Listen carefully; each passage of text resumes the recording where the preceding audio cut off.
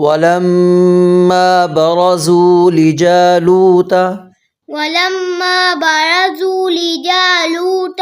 وجنوده قالوا ربنا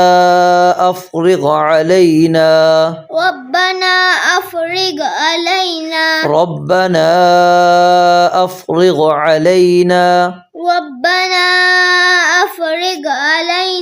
صبرا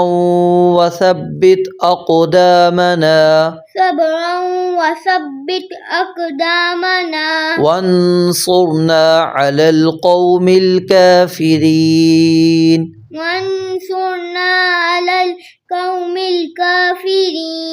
فهزموهم بإذن الله وقتل داود جالوت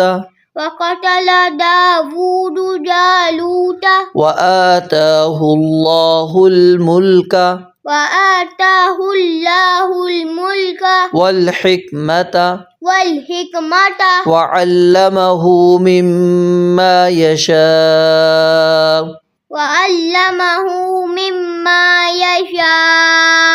ولولا دفع الله الناس بعضهم ببعض لفسدت الأرض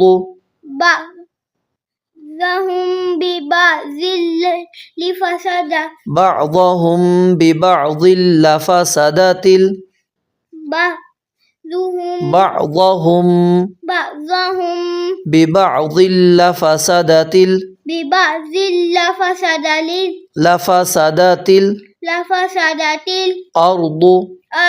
ولكن الله ذو فضل على العالمين تلك آيات الله نتلوها عليك بالحق وإنك لمن المرسلين